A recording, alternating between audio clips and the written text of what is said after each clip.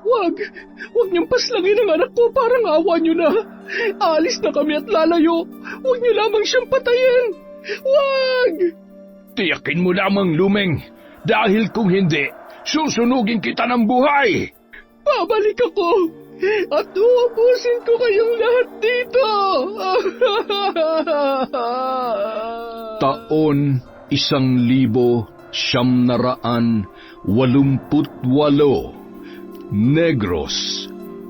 Naganap ang isang hindi inaasahang pangyayari sa buhay ng binatang si Daniel.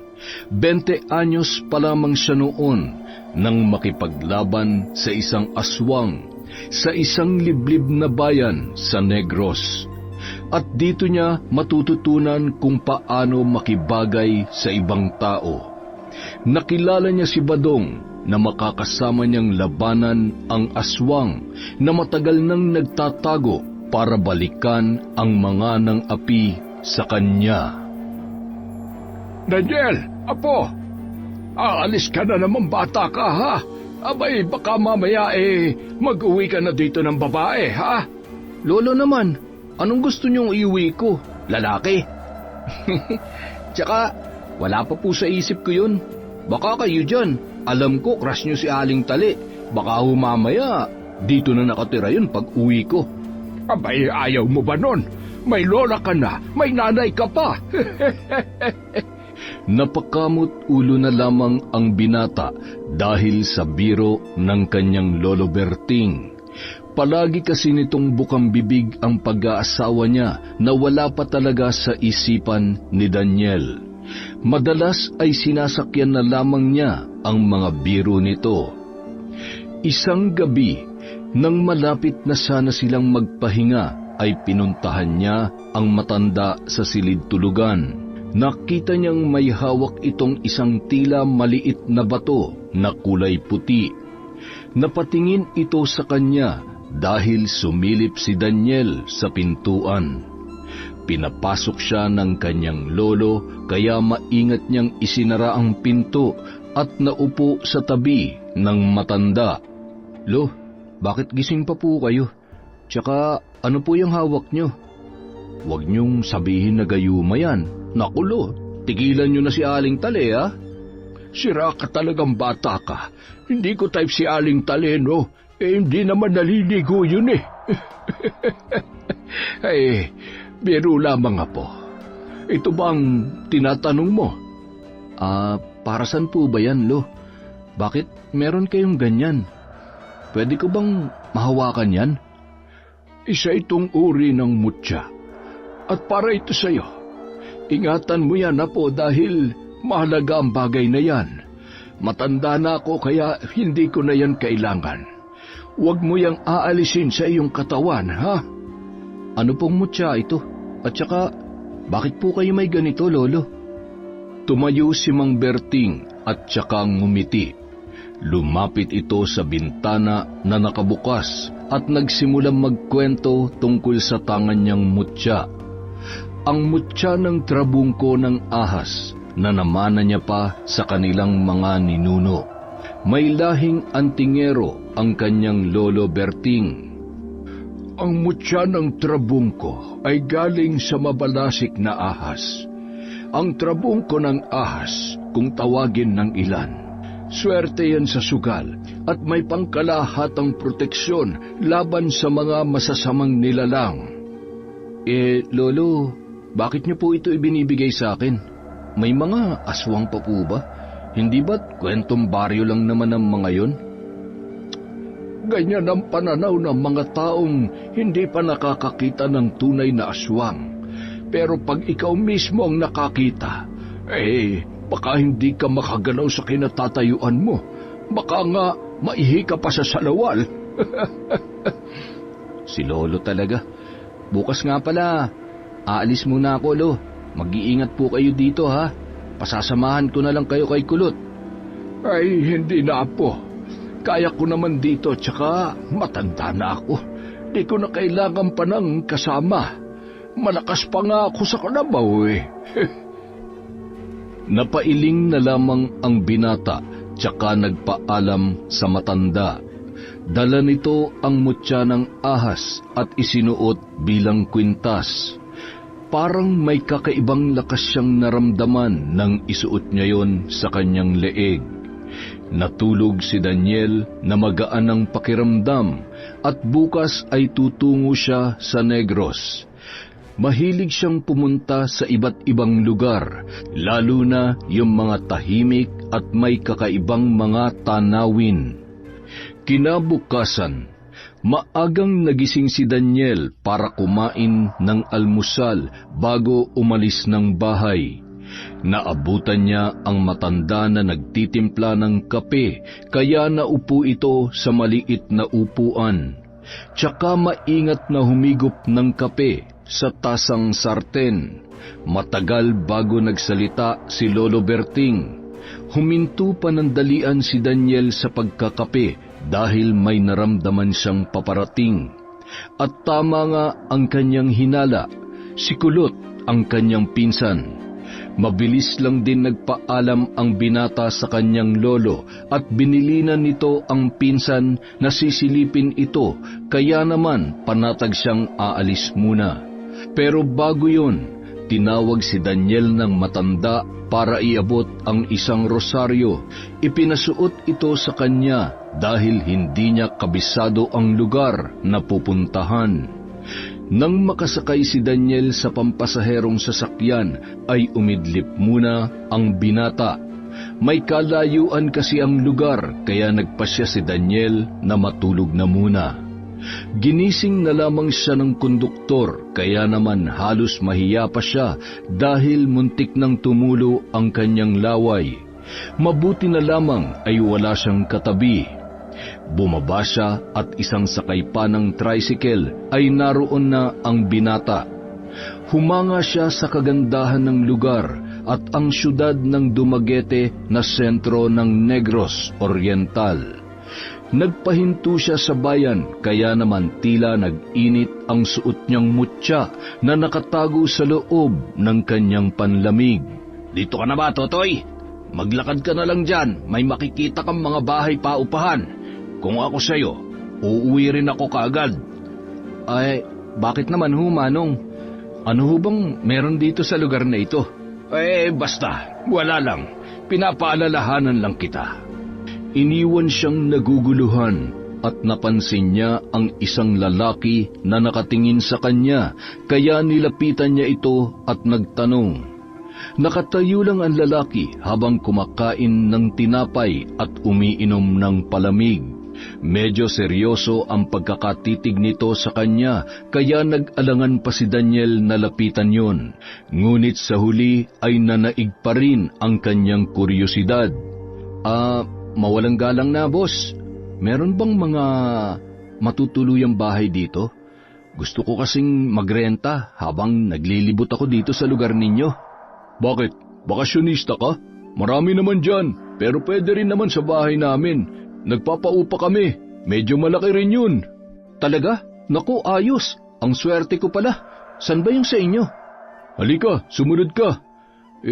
Bakit pala dito ka nagpunta sa lugar namin? Ano bang trip mo? Ha? Wala naman. Balita ko kasi maganda raw dito tsaka maraming kakaibang lugar. Hindi lang yan. Marami talaga. O nga pala, Badong palang pangalan ko. Ikaw? Daniel pare. Taga Maynila ako. Salamat sa tulong ha. Tumango lang ito at tuloy-tuloy na naglakad. 3 bahay ang kanilang nilampasan at ang pang-4 ay ang bahay na nila Badong. Naabutan nila doon ang isang matandang lalaki at 3 dalagita. Ang sabi ni Badong, kahit hindi naman nagtatanong si Daniel, ay mga kapatid niya ang 3 babae na yun. Ipinakilala rin siya nito sa lolo ng binata, tsaka siya sinamahan sa tutuluyan niyang silid. Bago umalis si Badong, ay sinabihan niya si Daniel na isarado agad ang mga bintana kung sasapit na ang dilim. Tatanungin niya pa sana ang lalaki, kaya lamang ay naramdaman ni Daniel na mula sa malayo ay may nakatingin sa kanya. kaya tila may sariling isip ang kanyang katawan at bigla na lang siyang napalingon sa di kalayuan. Nahuli niya ang isang anino na mabilis na nakapagtago. Ha? Ano yun? Parang may nakita akong tao mula sa malaking puno doon, Badong. Talaga? Saan dyan? Doon sa banda ron, oh. Pero agad na nawala eh. Ang galing mo dun, ah. Naramdaman mo na may nakatingin sa'yo? Ayos, ah. Basta, isarado mo na lang agad yung bintana mo, ha? Oo. Ilang sandali pa, niyaya rin siyang bumaba ng lalaki para makita ang ibang lugar. Pero paglabas nila sa bahay ay humahangos naman ang isang lalaki at ibinalita na nawawala na naman daw ang isang kabaryo nila mula pa kagabi. Pati na rin ang mga alaga nila ay nawala rin sa pinagtatalian nito. Gaya ng kambing at ilang mga manok, nagkatinginan ang dalawa kaya tinawag ni Badong ang lolo niya para sabihin ang balita. Lo, may nawawala na naman daw ho. Pati ilang mga alagang hayop. Nakakatakot na talaga dito sa atin. Bakit sila nawawala? Umaalis ba sila para magtrabaho? At saka, isinasama ba nila yung mga alagang hayop? Hindi, ho. Ibang nila lang ang may gawa niyan. Mayroong kumukuha sa kanila. At tiyak ko na narito lamang siya sa paligid. Sige na, Uro. Umuwi ka na at sabihin mo na iparating nila yan kay Kagawad. Opo. Hindi ko po maintindihan. Sino ho ang kumukuha sa kanila? Mas mabuti na yung wala kang alam. Mahirap na. Baka matakot ka pa sa mga nangyayari dito sa amin. Lo, huwag niyo naman takutin si Daniel. Mamaya mo, umalis na yan. Sayang yung kikitain natin. Tsaka, lilibutin niya pa ang lugar, kaya wag nang kung ano-ano pang sinasabi niyo. Hindi naman, Badong. Ano ba talaga yung pinag-uusapan niyo? Hindi ko maintindihan eh. Tinapik na lamang ng matandang si Celso ang balikat ng dalawang binata, tsaka sila iniwan doon. Nakaramdam si Daniel ng pag-iinit ng mutya sa hindi niya malamang dahilan. Kaya mabilis siyang luminga sa paligid, ngunit wala namang ibang taong naroroon. Ang sabi kasi ng kanyang lolo Berting, kada iinit ang mutya ay mayroong aswang sa paligid. Biglang kinabahan si Daniel. Hindi siya naniniwala sa aswang, pero sa mga nararamdaman niya parang nagkakaroon na siya ng takot na baka nga mayroong aswang sa lugar na yon. Mabilis na lumipas ang maghapon at gaya ng bilin ni Badong kay Daniel, isinarado nito ang mga bintana. Matapos yun ay bumaba rin siya para kumain ng hapunan. Sinabayan siyang kumain ni Badong. Maayos itong makitungo kaya magaan ang loob ni Daniel sa kanya. Habang sila ay kumakain, may kakaibang naramdaman si Daniel. Tila may naririnig din siyang tunog mula sa malayo. Pinatigil niya ang tunog ng kubyertos na gamit ni Badong at nang tahimik na ay tsaka nila malinaw na narinig ang tila ba alulong ng aso. Biglang nakaramdam ng kilabot si Daniel. Baliwala lang kay Badong ang ingay dahil sanay na raw siya sa ganoon. Kahit takot ang ilan, wala naman daw silang magagawa para tumigil yon. Nagulat ka ba? Ganyan talaga dito tuwing gabi. Sari-saring ingay ang maririnig mo. Kung hindi ka sanay, ay baka maihi ka na lang sa salawal. Ano yun? Totoo bang may aswang? May nakakita na ba sa kanila? Yun ang sabi nila, meron daw. Pero sabi din ng ilan, dating matandang naninirahan daw dito yun. Wala namang nakakakita. Walang may alam. Yun ang usap-usapan. Nasan daw yung matanda? Hindi na sumagot pa si Badong dahil wala rin naman talaga siyang alam tungkol sa mga nangyari noon. Ang tanging alam niya lamang ay merong nawawalang mga tao, ngunit hindi tiyak kung sino ang may kagagawan. Nasa silid na si Daniel at handa na sanang mahiga nang makarinig siya ng iyak ng kambing na parabang hirap na hirap. Kaya naman kahit nag-aalangan ay bumaba si Daniel, dala ang isang kahoy na nakuha niya sa gilid ng hagdanan. Narinig din pala yon ni Mang Celso. May hawak itong tabak na ipinagtaka ng binata. Lalabas na sana siya nang hawakan ng matanda ang braso niya at ibinigay ang tabak sa kanya. Kahit nalilito si Daniel ay kinuha niya yon, at nang makalabas siya sa bahay ay mas uminit ang mutya na kanyang suot. Hinanap ni Daniel ang umiiyak na kambing at dinala siya ng mutya sa likod bahay na medyo may kadiliman. Lumabas din si Badong at sumama sa kanya habang may hawak itong buho na gawa sa tanso. Nandito lang yung kambing, at hindi lang basta kambing ang meron dito. May aswang, Badong. Tama nga ang sabi nila. Nakita mo? Nasaan? Tahimik, basta nandito lang yun. Nararamdaman ko. Nararamdaman? Bakit? May kapangyarihan ka ba kaya mo nasasabi yan? Dahil dito, bigay to ng lolo ko. Mutya ng trabong ko. Nanlaki ang mga mata ni Badong. Nagulat sila nang lumabas ang isang malaking bayawak mula sa ilalim ng lupa. Humahaba ang dila nito kaya parehong nanlaki ang kanilang mga mata. Hindi nila inaasahan na may ganoong kalaking bayawak sa kanilang lugar, lalo na si Badong na mula bata pa ay doon na namamalagi. Hinila ni Badong ang damit ni Daniel para yayain na umalis at nang makapagtago, pero matapang ang bisita nilang binata. Inatake sila ng bayawak gamit ang mahabang dila nito. Badong, ilag! Ay! Bilisan mo, halika dito! Mabuti na lamang mabilis na naitulak ni Daniel ang kanyang kasama, kung hindi ay aabuti nito ng dila ng bayawak. Inihanda ni Daniel ang hawak na tabak, tsaka siya kumilos. Maging siya ay nagulat din sa liksi ng kanyang katawan. Muli silang inatake ng bayawak gamit ang buntot nito. Nagtago si Badong sa likod ng puno at naiwan si Daniel na lumalaban. Naku po, ang laki naman ng bayawak na yun. Mag-iingat ka, Daniel.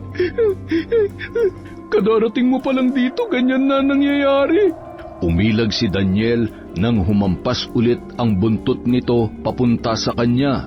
Eksaktong tumalon siya ng mataas papunta sa ulo ng naturang bayawak.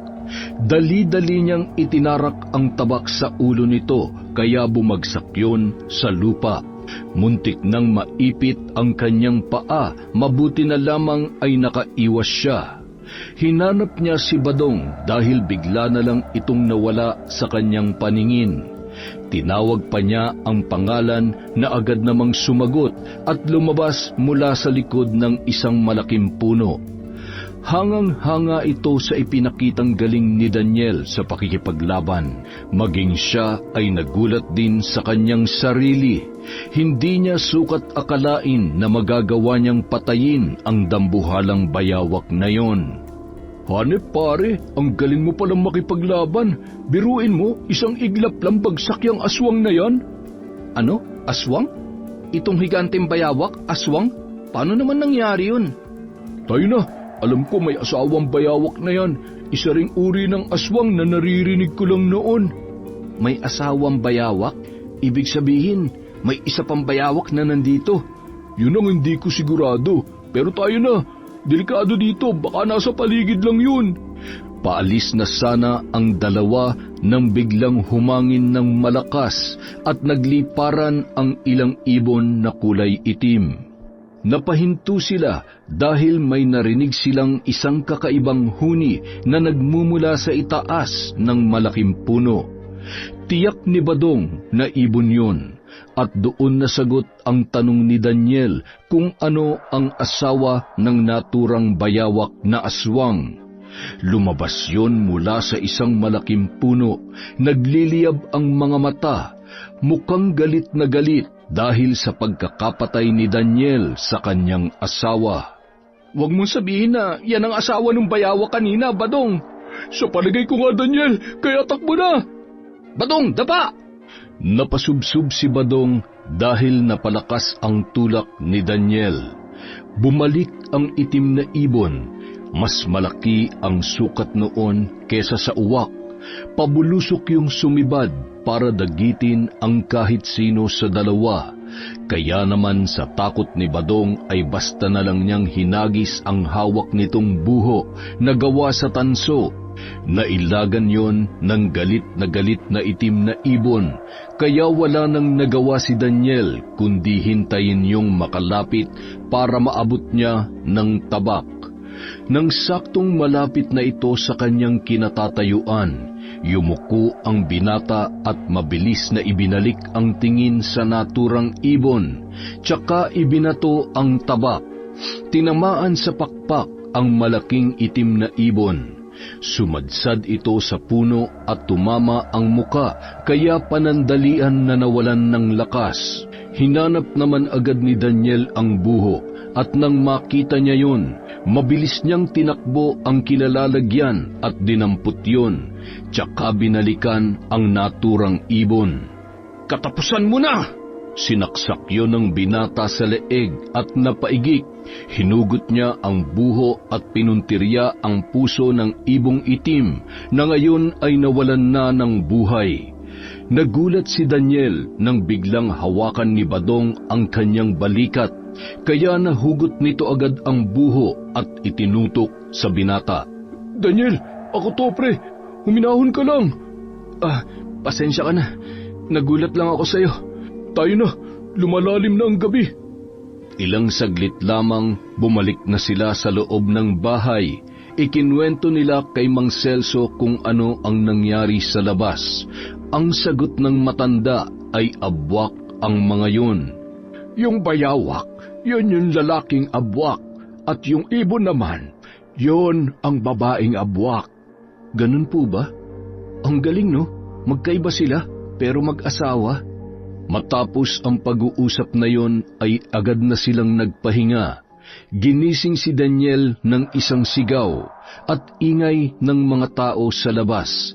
Kaya naman kahit inaantok pa ay bumaba siya para tingnan kung ano ang nangyayari.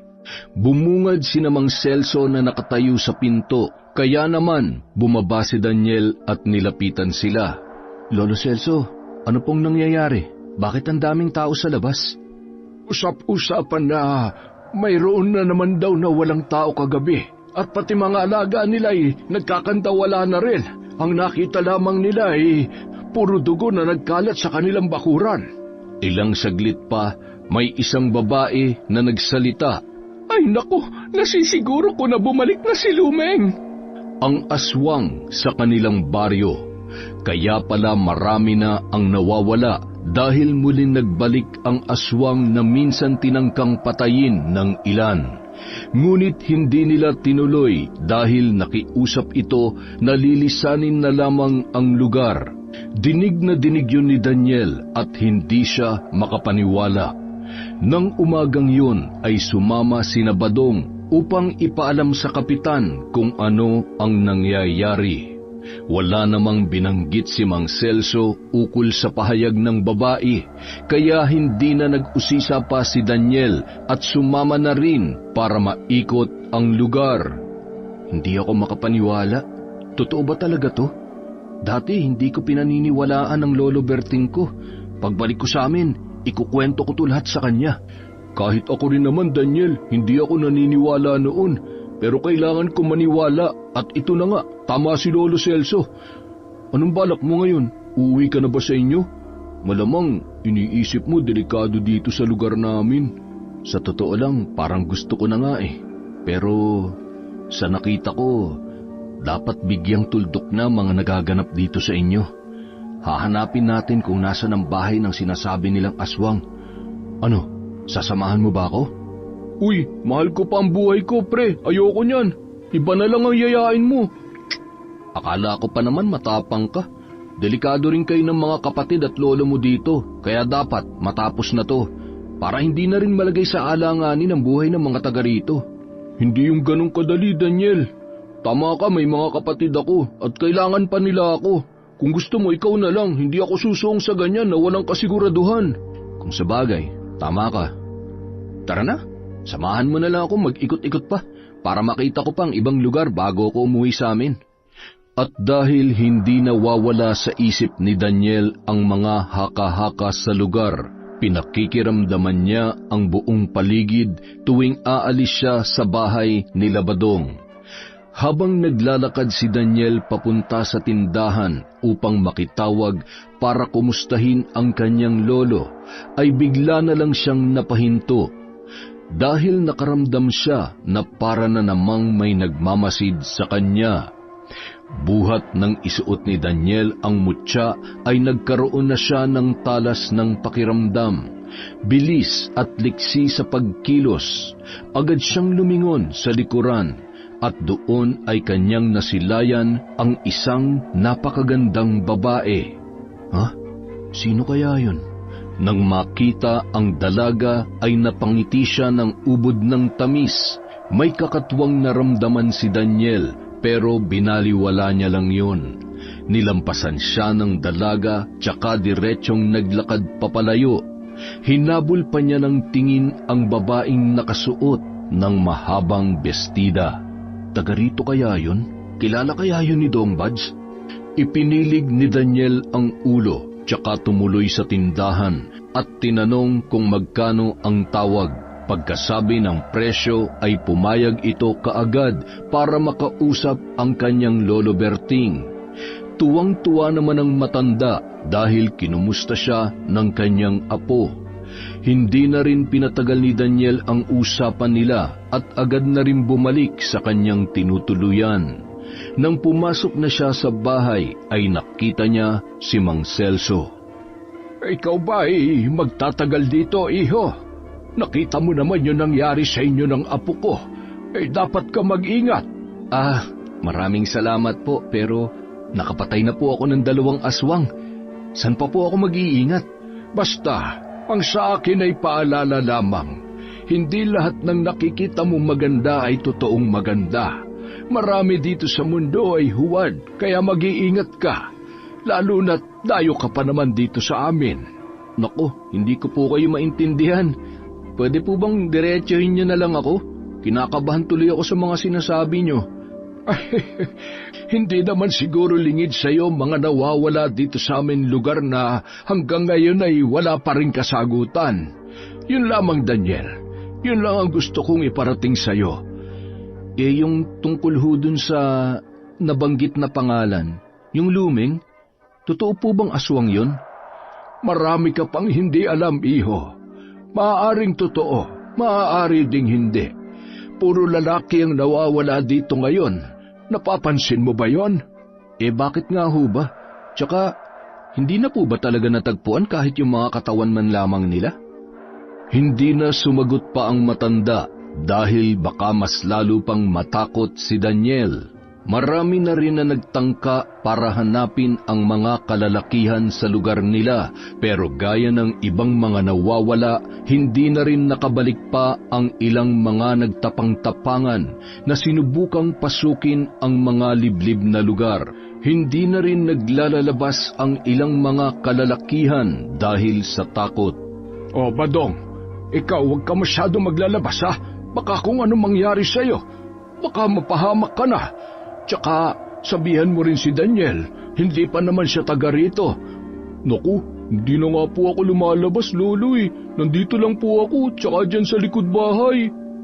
Habang pinag-iingat ni Mang Celso ang kanyang apo, ang iba naman ay hindi pa rin kumbinsido, kaya may iilan pa rin na makikita sa labas ng kani-kanilang mga bahay kahit na 10 oras ng gabi.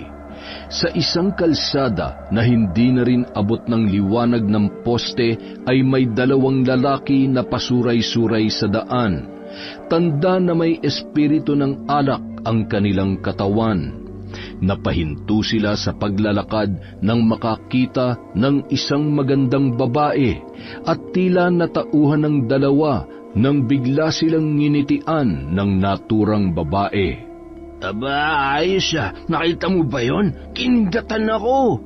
O hindi ikaw ang kinindatan. Ako kaya. Halika, sundan natin. Pumasok yun sa kakahuyan, kaya naman nagunahan ang dalawang lalaki para malaman kung sino ang mauuna sa magandang babae. Maya-maya pa, nagtulakan ang mga ito dahil ayaw maunahan ng isa't isa. Napaupo ang isang lalaki at patakbo namang pumasok sa masukal na bahagi ang isa pa. Nawala ang kalasingan nilang pareho dahil sa tawag ng laman. Nang maabutan ng naunang lalaking halos kapusin na ng hininga ang babae, bigla niya itong hinila, kaya pareho silang natumba sa madamong bahagi ng lugar. Huli ka! Ang ganda mo naman! Sino ka, ha? Taga saan ka, ha?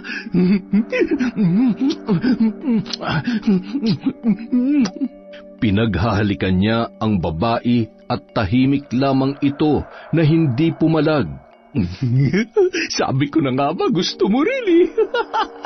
Ngunit ilang saglit pa ay nagulat na lamang siya nang maramdaman niya ang unti-unting pagbabago ng magandang babae. Naging isa itong nakakatakot na halimaw. Napasalampak ang lalaki dahil sa gulat. Naglabasan ang matatalas na ngipin ng babae at ang mga kuko nito ay humaba, kasabay ng panlilisik ng kanyang mga mata.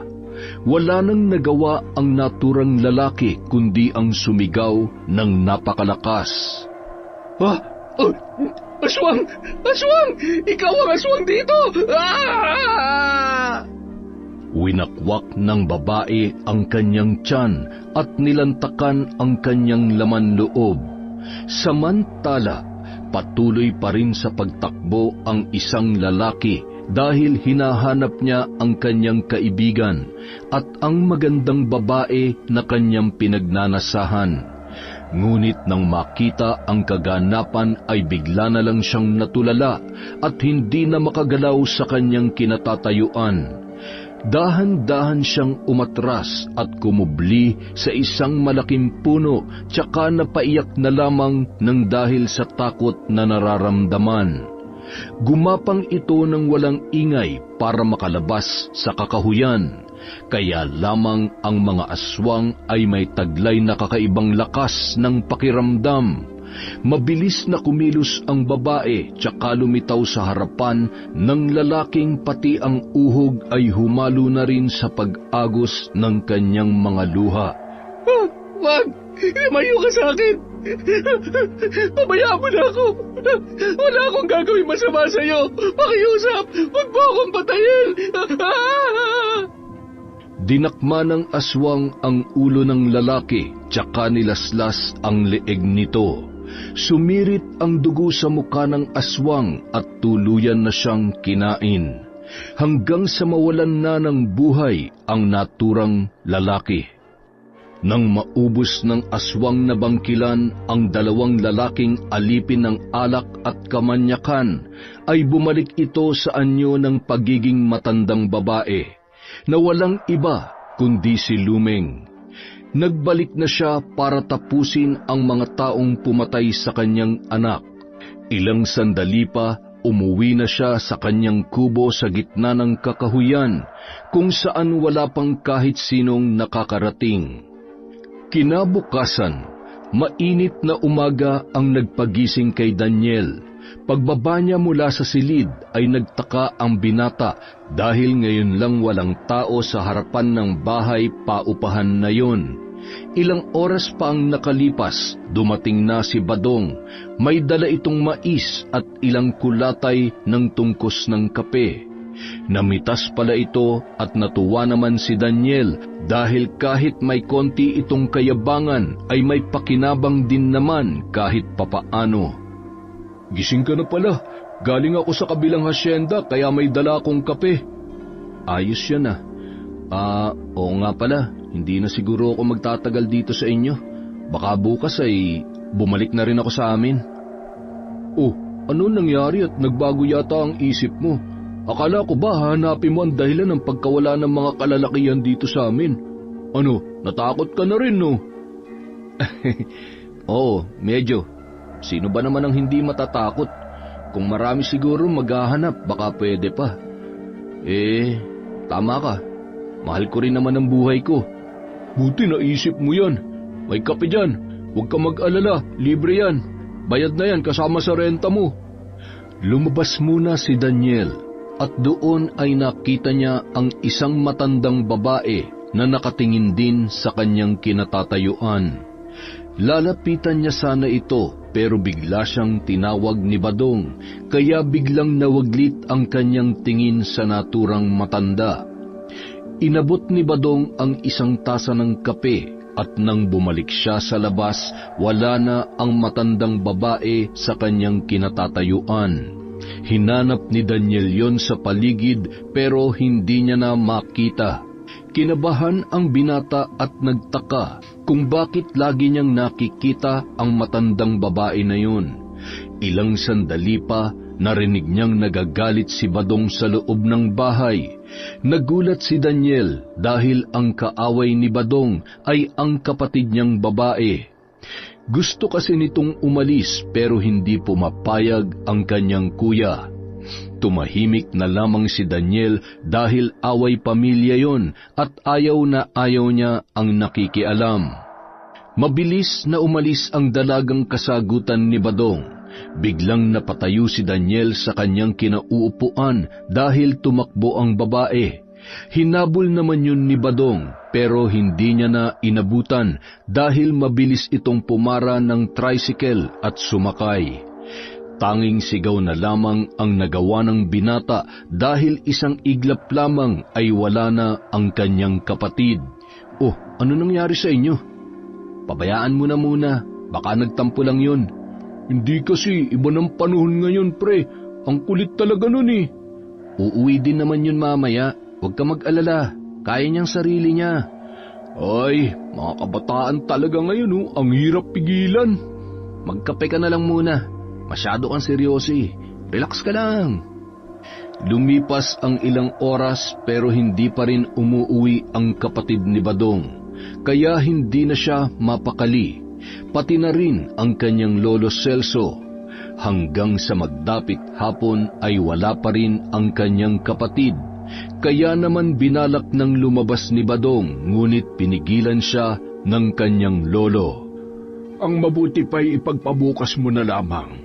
Baka naman nandun lang yun sa kanyang mga kaibigan. No, iba ng panahon ngayon. Kahit puro lalaki ang binibiktima ng aswang, baka siya ang unang babae. Gusto mo ba talaga siyang hanapin? Pwede kitang samahan para masiguro natin na ligtas ka rin. Talaga? Salamat ha. Sige, hanapin natin yung kapatid ko.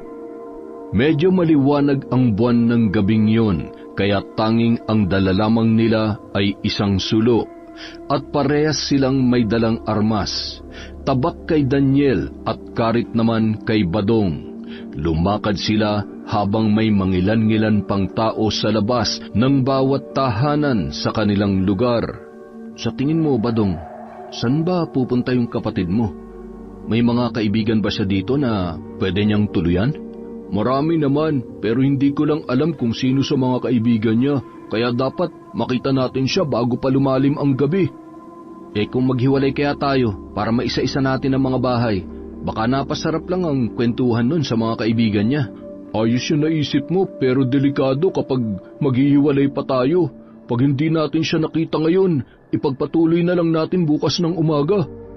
Lumalim na ang gabi, hindi pa rin nila nakikita ang kapatid ni Badong. Naiinis pa nga ang binata sa sarili dahil inaway niya ang kanyang kapatid, kaya umuwi na lamang sila, nalaglag ang mga balikat. Habang pauwi ang dalawang binata ay nag-init ang mutya ni Daniel, kasabay noon ang paglitaw ng isang itim na asong mas malaki pa kesa sa mga ordinaryong aso sa paligid. Tingnan mo yung aso, pre. Parang galit. Huminahon ka lang, huwag kang gagalaw. Napaatras ang dalawa dahil umaangil ito at nagliliyab ang mga mata. Dahan-dahan itong lumalapit sa kanila, kaya naman nakaramdam ng takot si Badong. Pero si Daniel ay hindi nagpakita ng takot. Tumayo ito ng maayos at pinakalma ang sarili. Habang lumalapit ang itim na aso, ay unti-unti namang umaatras ang dalawa. Hinawakan ni Daniel ng mahigpit ang tabak at walang ano-ano'y lumusob ang itim na aso, at sa takot naman ni Badong ay napaupo ito bigla at napasigaw.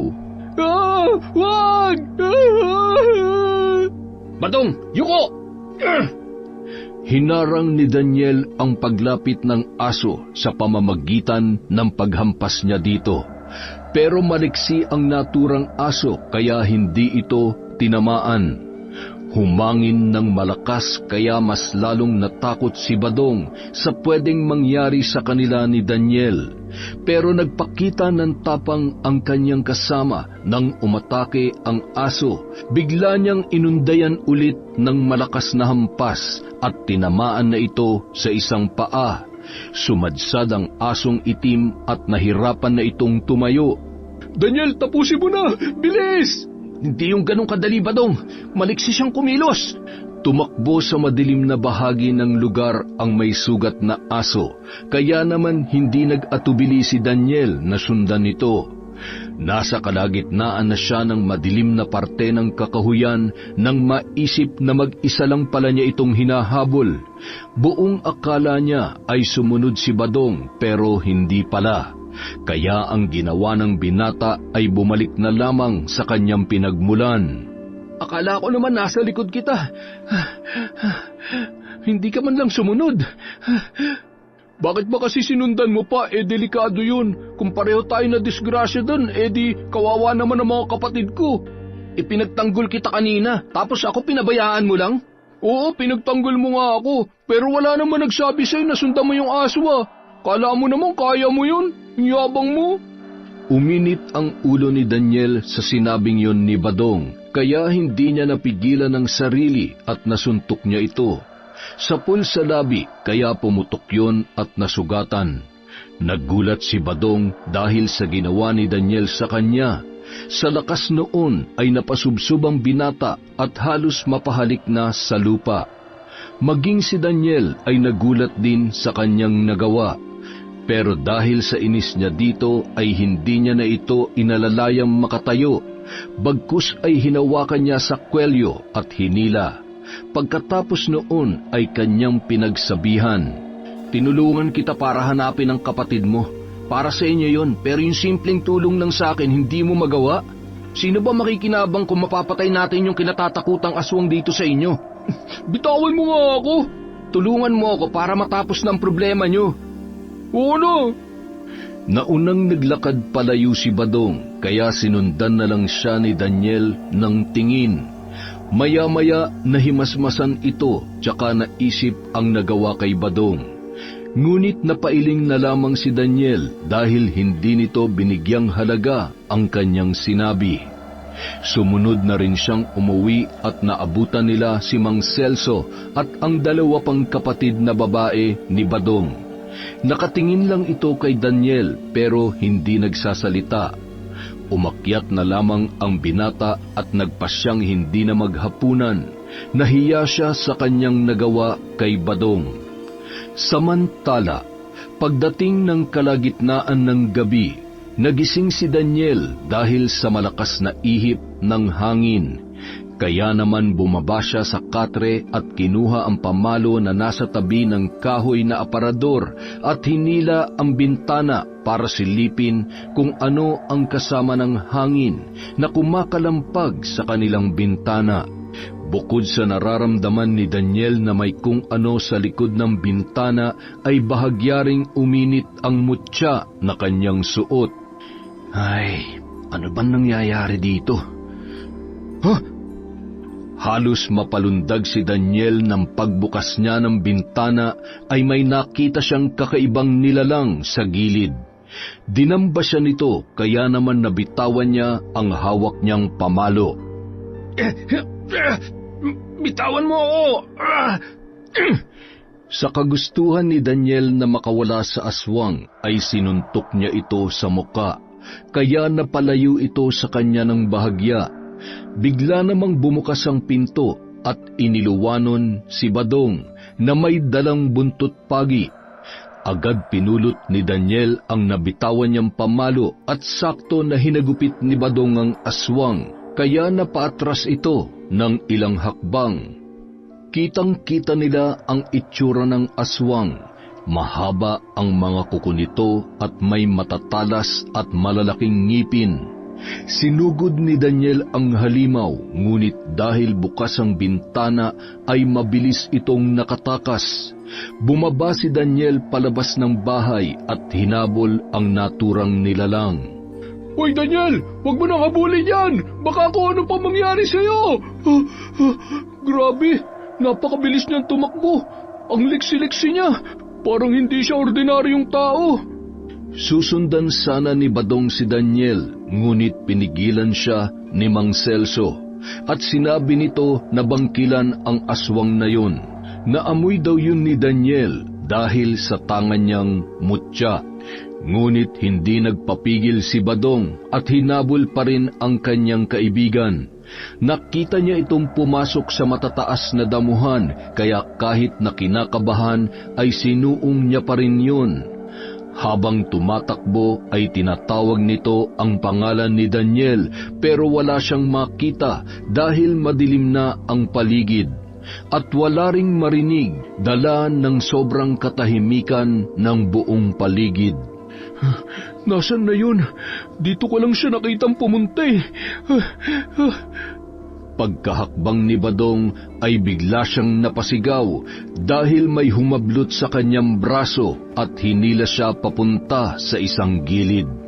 Tinakpan ang bibig niya at sinenyasan na manahimik. At doon niya lang napagtanto kung sino ang taong yun. Walang iba kundi si Daniel. Daniel, Diyos ko naman, papatayin mo ako sa nervyos eh. Nasaan na yung aswang ha?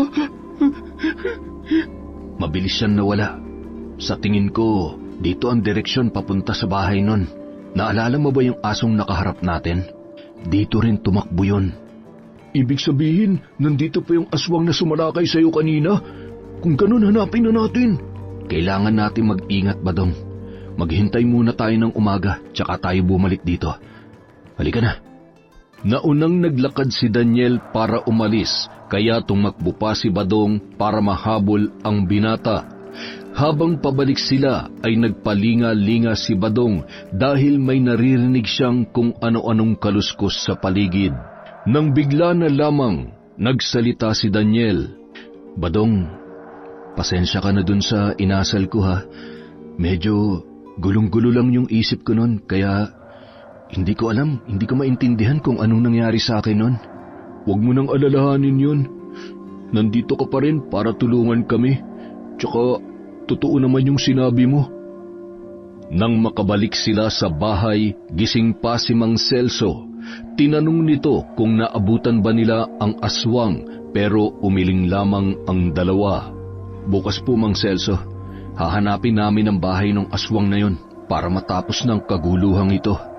Pag-akyat niya ay nakasunod naman sa kanya si Badong. Pinag-usapan nila kung ano ang gagawin kinabukasan para malaman ang mga nangyayaring kababalaghan, maging ang aswang na nagpakita sa lugar. Payapa na ang gabi, kaya nakatulog ng maayos ang dalawang binata. Kinaumagahan, may mga taong nagkakagulo sa kalsada. Sumilip si Daniel dahil sa ingay na kanyang naririnig. Narinig din niya ang boses ni Badong na tila sumisigaw, kaya nanaog siya at tumakbo sa umpukan ng mga taong naroroon. Nagulat si Daniel at napatanong kung ano ang dahilan ng kaguluhang yun. Teka, ano na naman ba nangyayari at ang ingay na naman ng mga tao dito? Nang makalapit ay nagulat siya nang makita niyang umiiyak si Badong habang yakap-yakap ang katawan ng isang babae. Wala nang buhay at halatang may umatake na kung ano. Panay sugat ang braso ng dalaga at kitang-kita rin pati sa mga binti nito na halatang nanlaban. Hayop siya. Sino may gawa nito sa'yo? Magbabayad siya. Sisiguraduhin ko na papatayin ko siya.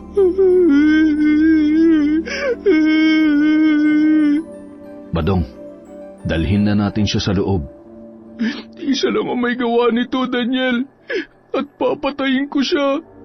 Nakikiramay ako, Badong. Kung pinagpatuloy lang natin ang paghahanap sa kanya kagabi, baka sakaling nailigtas pa natin siya. Niyakap ni Badong ang malamig na bangkay ng kapatid.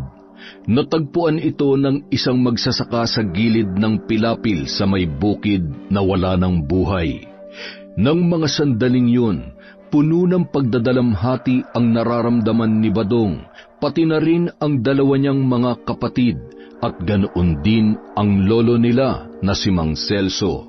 5 araw na binurol ang labi ng dalaga, kaya naman halos mawala sa sarili si Badong nang ihatid ito sa huling hantungan. Galit siya dahil namatay ang kanyang kapatid habang sila ay magkaaway at hindi niya ito nagawang iligtas. Dinamayan siya ni Daniel dahil alam nito na kailangan ni Badong ng karamay at makakausap. Nang mailibing na ang dalaga ay sunod-sunod na ring umalingasaw ang mga nabubulok na bangkay na natatagpuan sa loob ng kakahuyan. Kaya naghalughog doon ang mga tao. Puro buto na lamang at halos wala nang makikitang bakas kung kaninong kaanak ba yun dahil ubos na ang karne at mga laman loob. Kaya lalong nanaig sa dalawa na hanapin ang bahay ng sinasabing aswang na nanggagambala sa kanilang lugar. Hindi na rin nagawang umalis ni Daniel dahil mas tumibay na ang pagkakaibigan nila ni Badong. Desidido ang binata na makaganti, lalo na't nabiktima na rin nito ang kanyang kapatid na hindi pa nasisimulan ang kanyang mga pangarap sa buhay. Buo na ba talaga ang pasya ninyo na hanapin at labanan si Lumeng? Buhay ang itataya ninyo kapag nahanap nyo na siya. Oo, Lolo. Para na rin sa mga nabiktima ng salot na yan. Kung walang kikilos, baka maubos niyang lahat ng taga rito sa lugar natin. Kung ganun ay, maghintay kayo rito at may kukunin lamang ako. Badong, sigurado ka ba talaga? Tandaan mo, delikado to. Hindi ba't may 2 ka pang kapatid? Tama ka dyan, Daniel. Para naman to sa kanila eh. Kaya kakayanin ko. Tsaka kasama naman kita dito eh. Tutulong ako para matahimik na ang baryong ito sa mga kababalaghang nangyayari. Ano kaya yung kinuha ni Mang Celso? Eto, mga ilang gamit laban sa aswang na tulad ni Lumeng. Balang tanso, buntot pagi, punyal at baril. Magagamit nyo ito. Pwede rin kayong magpiga ng bawang at haluan nyo ng kalamansi. Gumawa po tayo, Lolo. Daniel, mamayang gabi, pasukin na natin ang kakahuyan. Sigurado ka talaga. Mahirap gumalaw pag madilim. Ang mabuti pa, ngayon tayo maghanap para pag nakita natin siya o ang bahay niya, balikan na lang natin mamayang gabi. Tama si Daniel, Apo. Ako na ang gagawa niyan at lumakad na kayo habang maaga pa. Nagpalit lang ng damit sina Daniel at Badong. May dala rin silang panlaban kung sakaling may makaengkwentro silang mabangis na hayop doon. Tinahak nila ang masukal na daan. May hawak na malapad na kahoy si Daniel para panghawi sa nagtataasang talahib. Bahagya pa lamang silang nakakapasok sa kakahuyan nang isang mabilis na hayop ang biglang tumakbo sa likuran ng dalawa. Oh, ano yun? Tahimik lang, Badong. Huminto sila at naging alisto dahil sa kanilang naramdaman. Nagulat sila dahil bumalik ang hayop na hindi masundan kahit ng mga mata ni Badong ang kilos. Ngunit kakaiba si Daniel. Kitang-kita niya kung ano ang hayop na pabalik-balik sa kanila. Isang baboy ramong kulay pula na may makapal na balahibo sa ulo patungo sa likod nito hanggang buntot. Isang uri ng aswang, isa sa pinakamalakas kung ituturing ng iba. Ang Harimodon, napadpad din lang sa kanilang lugar na kailangan din nilang puksain dahil dadagdag pa ito sa problema na kanilang kinakaharap. Ang pagiging Harimodon ay parang isang uri ng sakit na nakakahawa. Matalsikan ka lang ng laway nito ay mawawala ka sa sarili at magiging ganap ka na ring aswang. Nakikita mo ba kung ano yung mabilis na yun, Daniel? Parang hangin, hindi ko makita. Ha? Hindi mo nakikita? Ako nakikita ko siya ng malinaw. Nasusundan ko rin ang bawat galaw niya. Malamang dahil yan sa mutya mo. Dala mo yan, di ba? Mabilis kang kumilos at kakaiban lakas ng loob mo. Oo, dala ko yun, Badong. Malaking baboy Ramon nagpapaikot-ikot sa atin. Isang uri ng aswang, kaya mag-iingat ka. Biglang sumulpot ang baboy Ramo sa kanilang harapan, kaya sila ay napaatras. Naglalaway ang halimaw, kaya kinilabutan si Badong. Tinapik siya ni Daniel sa balikat at kinuha ng binata ang telang nasa loob ng kanyang bag. Binalutan ni Daniel ang kanyang braso para kung sakaling tumalsik ang laway ng aswang na baboy Ramo ay hindi siya mahahawahan. Ginawa rin yun ni Badong at nag-apura pa ito sa pagbabalot ng kanyang braso. Natapos silang pareho at nanatili lang na nakatunghay sa kanila ang baboy Ramo. Samantala, tahimik lamang si Daniel. Pinakikiramdaman niya kung ano ang gagawin nitong pagkilos. Mabilis itong tumakbo patungo sa kanila, kaya naman ikinubli ni Daniel sa kanyang likuran ang kasamang si Badong. Sa bilis at lakas ng pag-atake ng Harimodon ay sabay silang bumagsak ni Badong. Nadaganan niya ang kanyang kaibigan dahil ito ay nasa kanyang likuran. Napadaing si Badong dahil sa sakit, kaya tumayo kaagad si Daniel. Hinanap ni Daniel ang Harimodon at nakita na pasugod na naman itong muli.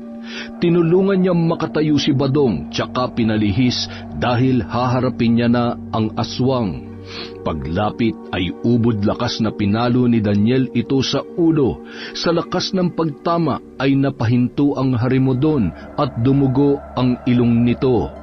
Tumakbo naman si Badong, tsaka sinaksak yun sa tagiliran. Itong dapat sa iyong aswang ka! Akala nyo, pinatay niyo ang kapatid ko! Hindi kayo nararapat mabuhay sa mundo ito! Nilaslas niya ang tiyan, kaya nagkalat ang dugo at laman loob noon sa lupa. Ang sunod na ginawa ni Daniel ay pinutol ang ulo ng baboy Ramo, tsaka itinapon sa malayong parte ng kakahuyan. Hindi makapaniwala si Badong sa kanyang nagawa. Nanginginig pa ang kanyang kamay nang mabitawan ang hawak niyang punyal. Tsaka napalunok ng alanganin.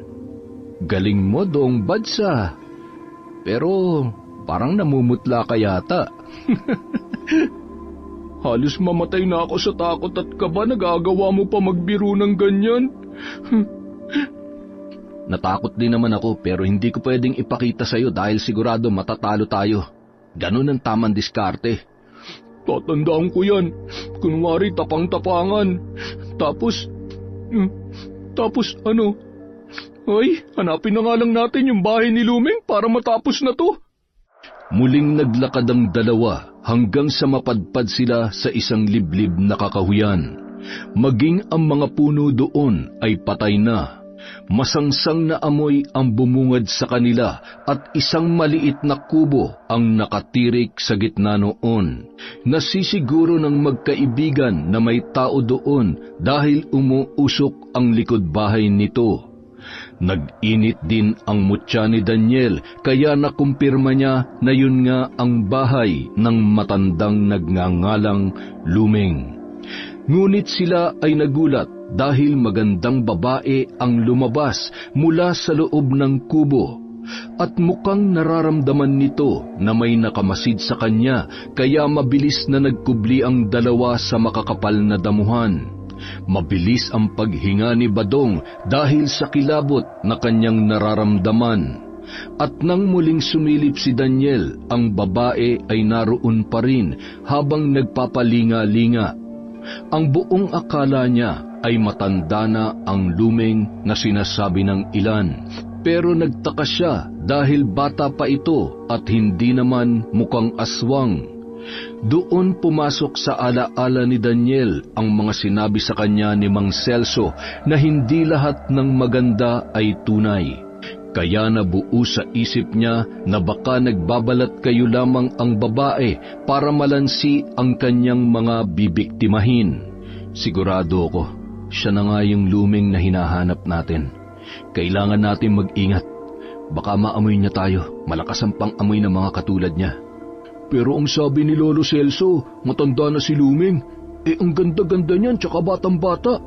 Hindi kaya apo niya yan? Sa palagay ko, siya na yan. Nagaan yung bata siguro para may maakit sa kanya. Matandang aswang pa rin yan kahit gaano kaganda. Muling sinilip ni Daniel kung naroon pa ang babae, ngunit ang nakita na lang niya ay nakatalikod papasok sa kubo. Kaya pinatayo niya na si Badong at niyaya niya na itong bumalik sa kabayanan upang ipaalam sa matandang si Mang Celso ang kanilang natuklasan. Nagmadali na silang makabalik dahil halos tirik na rin ang araw, pero hindi abot ang liwanag sa loob ng kakahuyan, kaya mukhang madilim ang paligid. Inabot rin sila ng ilang oras sa paghahanap sa bahay ni Lumeng. Hindi naman sila nabigo dahil natagpuan din nila yon sa pinakadulo ng nakakakilabot na kakahuyan. Magmadali na tayo para makapaghanda tayo mamayang gabi. Oo, gutom na rin ako. Kakain ako ng marami para meron akong lakas sa pakikipaglaban sa aswang na yan. Samantala, pagdating nila sa bahay ay nagulat si Mang Celso kung bakit may balot ang kanilang mga braso. Inilahad nila ang kanilang naging karanasan mula nang sandaling sila ay umalis. Tapos na rin ang mga nilutong bawang ng matanda. Marami-rami rin yun kung susumahin. Nagpahinga muna ang dalawa at kumain ng napakarami dahil sa pagod at pagkagutom na kanilang naranasan. Pagsapit ng dilim ay pinalipas muna nila Daniel ang plano nilang pagsalakay sa bahay ni Lumeng. Naintindihan naman yon ni Badong dahil maging siya ay pagod na pagod pa rin. Lumabas si Mang Celso na may dalang goma. Sinundan yon na magkaibigan para malaman kung ano ang gagawin ng matanda. Sinindihan yon ni Mang Celso at pinausukan ang buong palibot ng kanilang bahay. Hindi na nakatiis si Daniel kaya tinanong niya na ang matanda. Para saan ho yan, Mang Celso? Bakit ho kayo nagsusunog ng goma ngayong oras ng gabi? Para yan sa mga nilalang na nagmamasid sa paligid. Para sa mga aswang upang hindi sila makalapit. Takot ho sila sa goma?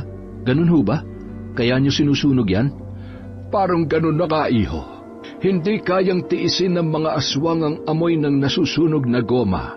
Proteksyon yan para hindi sila makalapit. Isang mabisang paraan para hindi sila makapambiktima. Tumango na lamang si Daniel. Marami na rin siyang natutunan na hindi nasabi sa kanya ni Lolo Berting. Kaya kung makakaligtas siya dito ay muli niyang tatanungin ang mga bagay na dapat pa niyang malaman.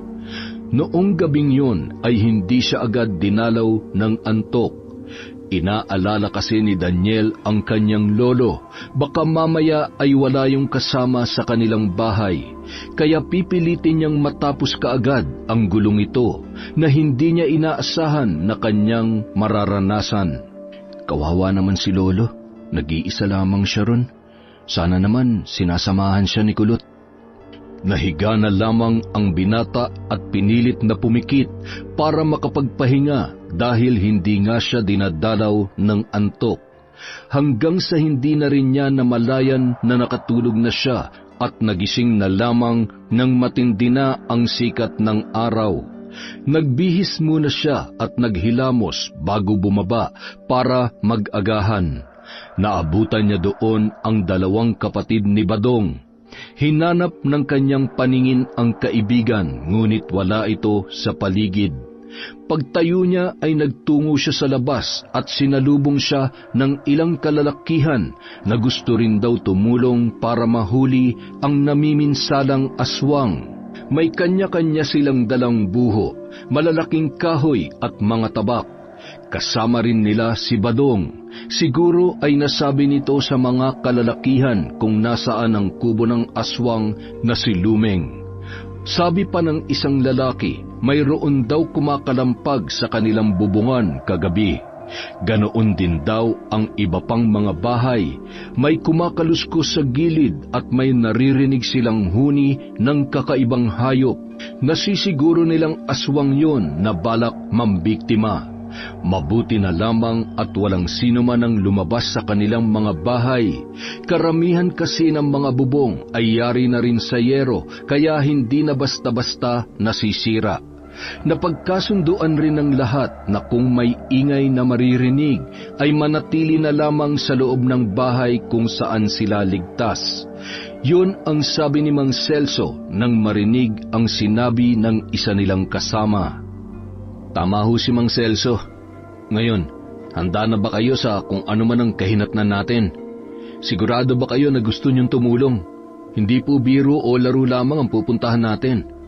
Kaya ngayon pa lang, tanungin niyo na ang sarili niyo kung desidido kayong sumama sa amin. May panahon pa po kayo para magbago ang isip. Sigurado may mga pamilya kayo kaya pwede pa ho kayong umatras kung gugustuhin ninyo. May ilan na umuwi dahil nakapag-isip sa sinabi ng magkaibigan. Pero may ilan ding nanatili para tumulong sa kanila at maya-maya ay lalakad na sila habang may araw pa. Mahirap abutan ng dilim sa kagubatan. Siguradong mahihirapan sila sa kanilang gagawing pagkilos. Nang dumating na ang tamang oras ay handa na ang magkaibigan. May dala silang bag na naglalaman ng mga kakailanganin para matalo si Lumeng. May dala rin silang mga armas gaya ng itak, maging buntot pagi dahil nasisiguro nila na may makakasalubong din silang ibang uri ng aswang. Handa na ang lahat kaya nanguna na sa paglalakad si Daniel. Nagpaalam si Badong sa kanyang mga kapatid. Alam niyang may kakayahan pa rin ang lolo Celso niya, kaya kampante siyang aalis. Tinahak nila ang kasukalan. Kasama nila ang 5 mga kalalakihan dahil biglang umatras ang iba bago pa sila makaalis at iginagalang naman nila yon. Mahirap nga naman na sumuong sa walang kasiguruhang kaligtasan. 7 sila kung susumahin. May hawak rin na sulo ang isa sa kanila dahil 5:00 na rin nang sila ay umalis sa bahay nila Badong. Nauuhaw ako. Pagod na ako. Pahingi nga ako ng tubig. Eto, dahan-dahan lang ang inom ha. Yan. Magpahinga muna tayo dito. Habang sila ay nagpapahinga, biglang may sumulpot na malalaking ibon na kulay itim. Mababangis ito dahil bigla ka na lang aatakihin gamit ang tuka at pakpak. Kaya dumapa ang ilan sa kanilang mga kasamahan. Kinuha ni Daniel ang isang botelya ng nilutong bawang ni Mang Celso at inalis niya ang takip nito. Sabay isinaboy sa mga paparating na ibon. Tinamaan ang mga yun kaya mabilis na lumipad pataas at iniwan na sila. Nakatingala pa ang dalawa dahil tinatanaw nila ang mga itim na ibon na umatake sa kanila. Ang ilan ay napalo ni Badong na mahabang kahoy kaya bumagsak sa lupa. Pinagsasaksak naman yon ni Daniel para siguruhin na hindi na makakalipad pa. Yan ang dapat sa inyo. O kayo, maging alisto kayo ha. Hindi natin alam kung anong sasalubong sa atin dito. Pagkatapos noon, muli silang naglakad para marating ang lugar. Ngunit hindi pa man sila nakakalayo ay mabilis na nawala ang isa sa mga kasamahan nilang lalaki. Bakas ang takot sa iba. Nagtaka pa ang dalawa dahil sa bilis ng pagkilos ng nilalang. Huminto sila sa gitna dahil nawala ang isa nilang kasama. 6 na lamang sila, kaya nang biglang gumalaw ang mataas na talahib ay nagtabi-tabi ang mga kasama nilang lalaki. Huwag kayong magpapakita ng takot. Nararamdaman nila yon. Kumalma lang kayo't manatiling sama-sama. Tama si Daniel. Magtatagumpay tayo basta lakasan nyo lang ang loob nyo. Marami tayo kaya kaya natin to. Tayo na. Dumidilim na rin. Hindi tayo dapat abutin ang hating gabi. Talasan nyo ang pakiramdam nyo. Sa likod ko kayo. Maging alisto kayo palagi ha. At nilakad na nga nila ang daan. Nalagasan na sila ng isa kaya doble ingat ang kanilang ginagawa para hindi na yon maulit pa. Habang papalapit sila sa kinaroroonan ng kubo ni Lumeng ay umiinit ang suot na mutya ng binata. Palagay niya ay naririto lang sa paligid ang aswang at hindi nga siya nagkamali sa kanyang sapantaha dahil mula sa isang puno ay may lumabas doon na isang magandang babae. Nagulat at nabighani ang kanilang mga kasamahan kaya nilingon ni Daniel ang mga ito. Itinaas ni Daniel ang isa niyang kamay para doon matuon ang paningin ng mga kalalakihan. Nililinlang lang kayo ng inyo nakikita. Hindi magandang babae yan. Yan ang aswang na si Lumeng. Kita ni Daniel sa mukha ng isang lalaki na hindi ito naniniwala. Kaya binitiwan niya ang hawak na buho, tsaka binalak na lapitan ang dalaga. Dala ng matinding pagod at pagkabalisa, naniwala siya at naakit sa panlilinlang ni Lumeng. Ngunit mabilis siyang hinarang ni Daniel at pinigilan. Nainis pa ang lalaki kaya itinulak siya nito at walang pasubali na nagtatakbo kung saan lumitaw ang dalaga kanina. Tinawag siya ng kanyang mga kasamahan ngunit tinawanan niya lamang yon at hindi na siya nahabol pa ni Daniel. Masyado yung nagpadala sa ilusyon. Ilang saglit lang ay nakarinig sila ng sigaw. Tumakbo ang mga kalalakihan para hanapin yon. Gulat ang 3 lalaki habang si Badong naman ay napailing dahil alam na nila kung ano ang nangyari. Kaya nagpatuloy sila sa pagpunta sa tunay nilang pakay. Maya-maya pa, may ingay na naman silang narinig. Tila isang napakalakas na hangin. Dumapa kayo! Patayin mo yung sulo mo para hindi tayo makita. Ilang saglit pa ay may dumaan na malaking kulay itim na ibon. Tila wala itong nakita kaya lumampas lamang yon. Wala na ang ibon, pero may naamoy ako malansa. Sigurado ko malapit na tayo sa kubo ni Lumeng. Talasan yung pakiramdam nyo. Delikado tayo dito. Ilang saglit pa nakita na nila ang kubo. Pero alam ni Daniel na wala doon si Lumeng dahil hindi umiinit ang tangan niyang mutya. Badong, pasukin natin ang kubo. Sige, halika na. Kayong 3, dito lang kayo Ang baho naman dito. Napakalansa. Naku, ano yun? Kalansay ng tao yan Ayun pa. Siguro dito niya dinadala yung mga kalalakihan na binibiktima niya. Samantala. Oy, sandali lang. Iihi lamang ako, ha? Dito lamang kayong 2. Oo. Mag-iingat ka, ha? Huwag ka masyadong lalayo. Habang umiihi ang isang lalaki, hindi niya namalayan na bigla na lamang may dumagit sa 2 niya pang kasamahan. Ha? Nasaan ang 2 yun? Wala na sila. Daniel! Badong! Wala na sila, Berto! Napatakbo palabas ng kubo sina Daniel at Badong dahil sa kanilang narinig. Ano? Nasaan na sila? Bakit nag-iisa ka na lang? Hindi ko alam. Basta umihi lang ako tapos bigla na lamang silang nawala Laking gulat nila nang tumambad sa kanilang harapan ang aswang na si Lumeng. Ay naku, Daniel. Yan na ba yung aswang? Napakapangit naman pala ni Lumeng. Ano bang inaasahan mo sa itsura ng aswang? Mukhang diwata? Hindi naman sa ganun. Basta, mag-ingat tayo. Naubos na mga kasama natin. Isa na lang ang natitira, kaya tayo na. Kaya natin to. Handa ka na ba? Inakay muna ni Badong ang natitira nilang kasama. Nanginginig ang buong katawan nito dahil sa takot. Nanlilisik naman ang mga mata ng aswang at nagpalit anyo bilang malaking aso.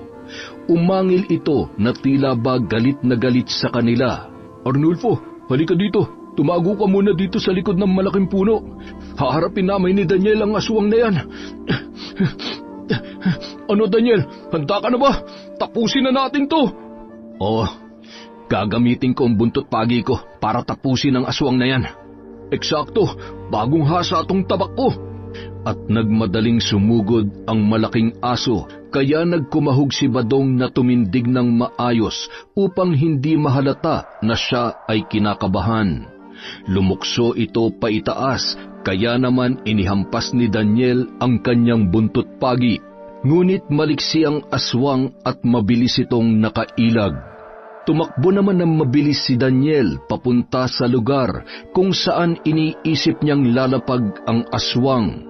Tumayo ito ng tuwid sa isang mataas na bato at kinuha naman ni Badong ang isang botelyang langis na bawang na ipinabaon sa kanila ni Mang Celso.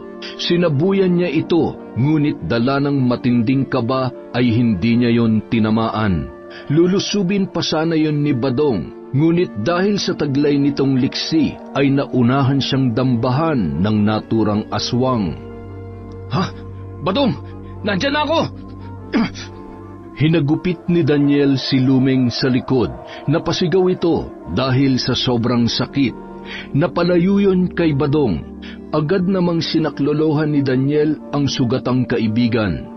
Pinunit ni Daniel ang mahaba niyang suot na damit upang itali sa sugat ni Badong.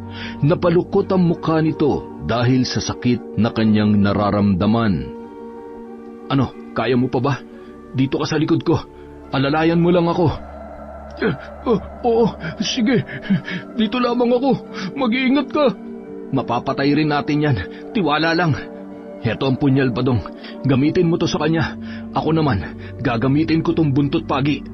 Mabilis na kumilos si Daniel, ngunit lubhang mahusay umilag si Lumeng dahil sanay na sanay ito sa pakikipaglaban. Si Badong naman, tinibayan ang kanyang loob kaya sinubukan rin niyang sumugod para matulungan ang kaibigan. Ipinukul niya sa baboy ramo ang hawak niyang punyal at tinamaan yun sa paa at nasugatan. Dahil sa galit, siya naman ang pinuntirya ng aswang. Naku po, anong gagawin ko? Etong kahoy. Nakailag pa rin ang aswang at akma ng sasakmalin si Badong. Badong, ilag! Gagamitin ko tong bawang sa kanya! Dahil sa sakit na naramdaman ng aswang, nagwala yun at si Daniel naman ang kanyang sinugod. Tumalon yun at nakangangang sasakmalin na si Daniel. Ngunit hindi na siya umilag dahil handa na siya sa maaaring mangyari sa kanya. Ngunit naniniwala pa rin siya na matatalo nila ang naturang aswang. Walang kasing bilis na inilabas niya ang karit at binitawan ang buntot pagi. Sinalubong niya ang papalapit na aswang at nang sila ay magpang-abot, magkasabay silang bumagsak sa lupa. Sugatan, ngunit hindi yun ininda ni Daniel. Kung magpapakita siya ng kahinaan ay lalong lalakas ang aswang at tiyak na ang kanyang kamatayan. Habang nanghihina pa ang aswang, Daniel, tabi! Akong tatapos sa aswang na yan! At kahit hirap na hirap si Daniel ay pinilit niyang makatayo. Tumakbo siya at nilaslas ang leeg ng aswang gamit ang kanyang karit at sumambulat ang napakabahong dugo mula sa kanyang lalamunan. Habang nagkikikisay ang naturang aswang, Oh, anong gagawin mo, Daniel? Susunugin ko na para matapos ng paghihirap niya at ganun din ang sumpa dito sa inyong lugar.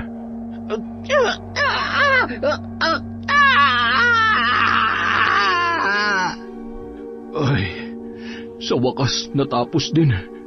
Mabuti na lamang at dito ka nagbakasyon sa amin. Kung hindi, baka naubos na mga kababaryo ko.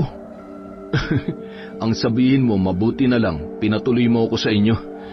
Tara na, umuwi na tayo at baka nag-aalala na si Mang Celso. Naku, mabuti pa nga. Halika na. Mahigit ilang oras din ang nilakad nila para makabalik sa bayan.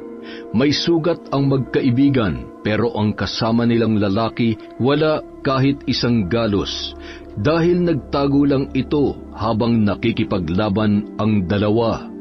Tuwang-tuwa naman si Mang Celso dahil nakabalik silang ligtas ni Daniel.